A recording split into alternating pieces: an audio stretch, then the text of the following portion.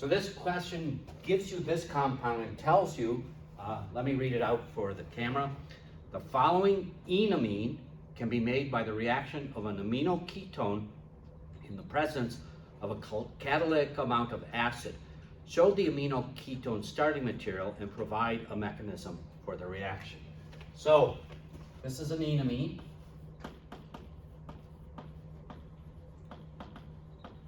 Okay, and enamines, we make them by reaction of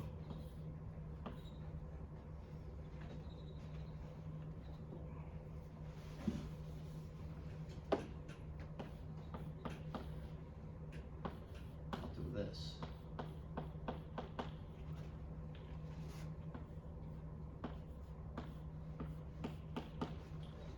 Of a secondary amine with a ketone, okay? Now remember, we went through this the other day, and I think I may have posted, that's posted on YouTube. This is the nucleophile, and it attacks this, right? This carbonyl. And we end up getting this thing.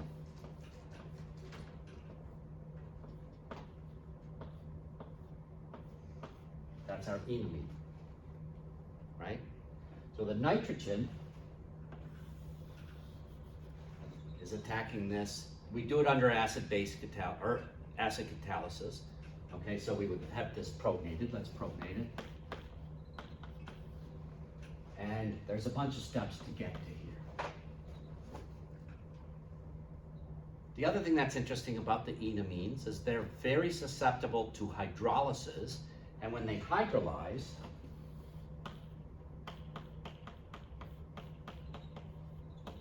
they just give back this ketone starting material.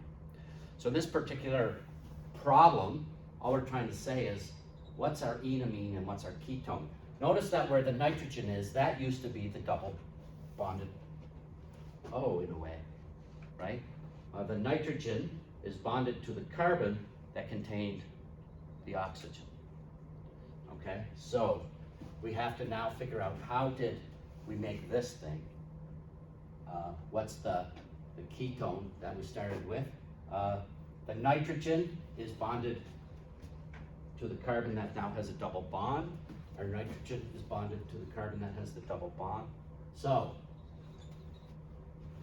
let's think about this for a second.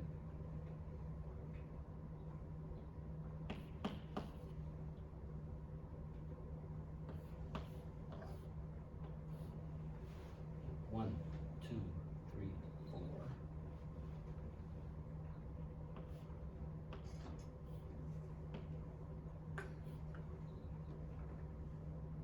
One, two, three, four, five.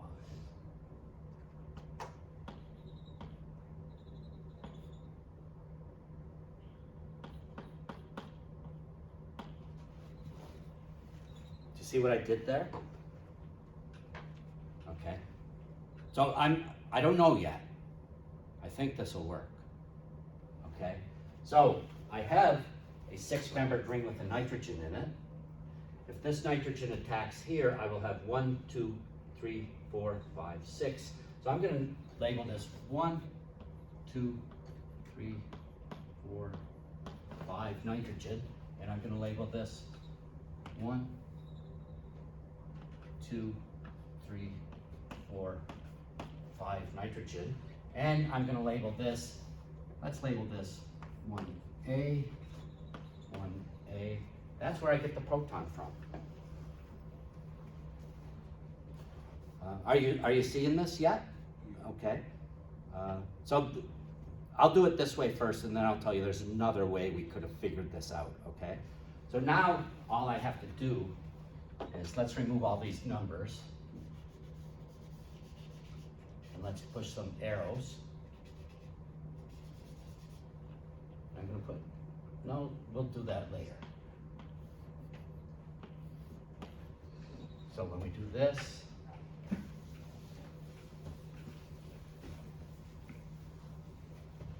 I formed my,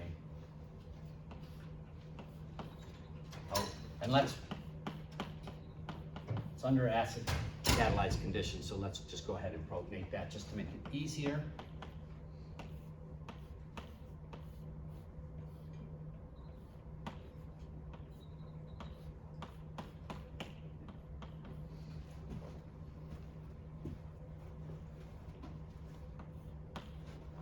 That's the first step.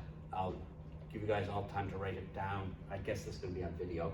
So I formed a bond between this nitrogen and my carbonyl carbon. Okay, my carbonyl carbon has two methyl groups on the carbon next to it. Over here, it has hydrogens. So when I make my enamine, I'm not going to be able to take a hydrogen from there because it's blocked. Okay, now the next step is a proton shift. I just need my proton to go from here over to here. A base is going to come along, pick it off, gives me the amino alcohol. It's going to float around to the other side, and it's going to drop that proton off up on the oxygen, and then I'm going to get this.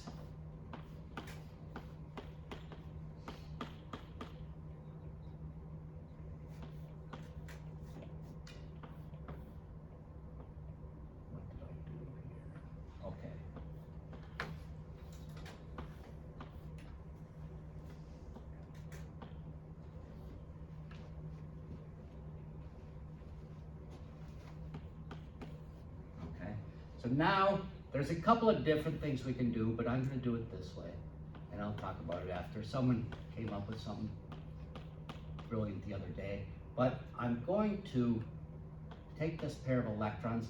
This is just going to leave. Water can just leave and form the carbocation, okay? So let's do that. Let's just leave it as a carbocation.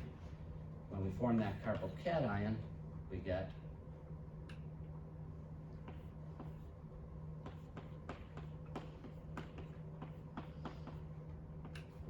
this nitrogen, which has a methyl group on it. Now we have our water has left.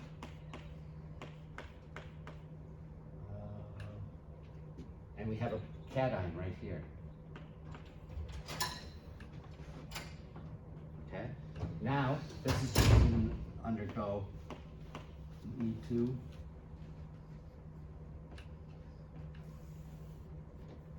Elimination, and we're going to get all the way over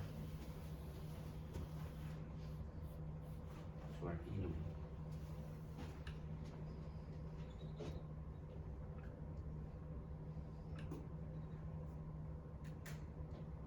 And the other product then at the end is our, I'm going to spray it like this, H2O, H+. We formed water, and we got to here, okay? Now, I went about a roundabout way to figure out what my ketone starting material is. There is another way to do this, and the other way to do this is to just go ahead and hydrolyze this. When you hydrolyze this, you are going to end up back at the ketone, okay? So there's two ways to get that answer. One is the way I did it, by looking at it and analyzing it and figure out what my starting material was. And the other way is to just go ahead and react this with water, protonate something, and get back to the other way. And it's going to go through those same intermediates on the way back.